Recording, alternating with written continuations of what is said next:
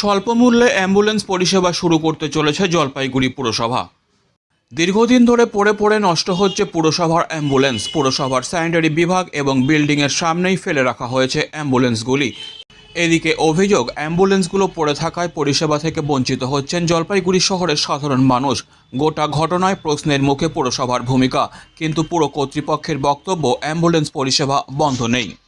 বস্তুত জলপাইগুড়ি শহরে সরকারি মেডিকেল কলেজ ও হাসপাতালের পাশাপাশি রয়েছে বেশ কিছু প্রাইভেট নার্সিংহোম। ফলে রোগী আনা নেওয়ার কাজে ব্যবহৃত হয় বহু অ্যাম্বুলেন্স। বেশ কিছু স্বেচ্ছাসেবী সংস্থার অ্যাম্বুলেন্সও রোগীদের পরিষেবা দেয়, কিন্তু কোথাও একটা ফাঁক রয়েই গেছে।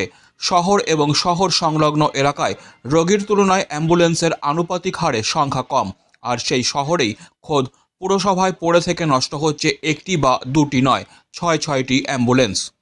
কেউ অ্যাম্বুলেন্স ভাড়া নিতে গেলে বেসরকারি অ্যাম্বুলেন্সগুলো অনেক ভাড়া চেয়ে বসে বলে অভিযোগ রোগীর পরিজনদের। সেক্ষেত্রে পুরসভার অ্যাম্বুলেন্স যেভাবে করোনাকালে পরিষেবা দিয়েছিল, এখন সেই পরিষেবা যদিও বন্ধ।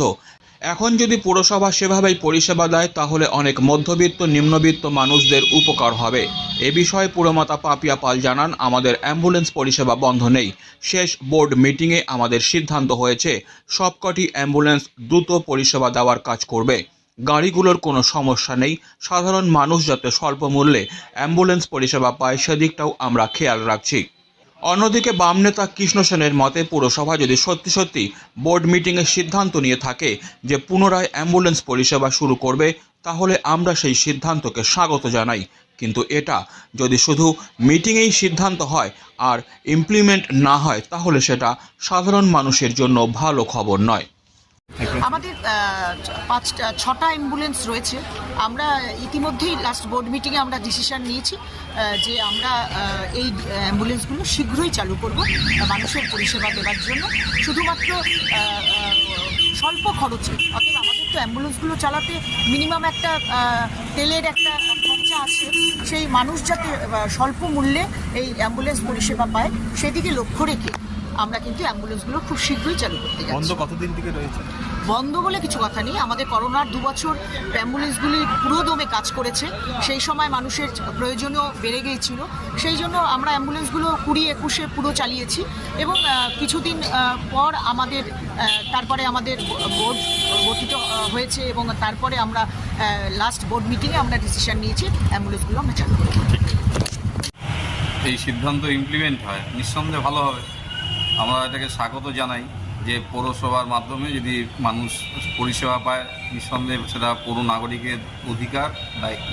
সেটা পৌরসভা যদি করে ভালো, কিন্তু বোর্ড মিটিংয়ে সিদ্ধান্ত করে, এটা আমাদের অভিজ্ঞতা, কিন্তু সেই সিদ্ধান্ত ইমপ্লিমেন্ট হয় না। আমি আশা করব পৌরসভা যদি এই সিদ্ধান্ত নিয়ে থাকে যে তারা অ্যাম্বুলেন্সটা চালু করবে, কম পয়সায় রুগীদের পরিষেবা দেবে, আমরা তাকে স্বাগত জানাচ্ছি। এর আগেও চালু ছিল, কিন্তু কোনো কারণে বন্ধ ছিল করোনা। আপনি বাড়িতে যে নোংরা নেওয়ার জন্য যে গাড়িগুলো, সেগুলো গাড়ি একটা বছরও টিকলো না, মানুষ সমস্যা হচ্ছে। আমাদের বিভিন্ন ওয়ার্ডগুলোতে এই ময়লাগুলো নেওয়ার গাড়িগুলো ঠিক নেই। এইখানে পৌরসভা গাড়ি কেনে যেটা 1 বছরও টেকে না। আমি বলবো গাড়িটা যাতে ভালোভাবে গাড়ি চালাক, পৌরসভা যদি গাড়ি চালায়, সব মানুষ যদি পৌর এলাকার মানুষ যদি সেই পরিষেবা পায়, আমি তাকে স্বাগত জানাচ্ছি। পৌরসভা যাতে তার সিদ্ধান্ত যাতে ইমপ্লিমেন্ট করে।